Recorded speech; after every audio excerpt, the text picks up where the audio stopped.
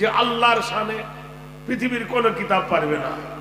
না রামায়ণ পারবে, না মহাভারত পারবে, না বেদ পারবে, না গীতা পারবে, না বাইবেল পারবে, না স্টিবিটপ পারবে, না ঋগ্বেদ পারবে, না সামবেদ পারবে। পৃথিবীর যত পুস্তক আছে সব পুস্তক ফেলিওর হয়ে যাবে আল্লাহর কোরআনের ধবলিকার কাছে। আল্লাহ নিজেই বলছেন, আমাকে কেন রহমান বলবেন?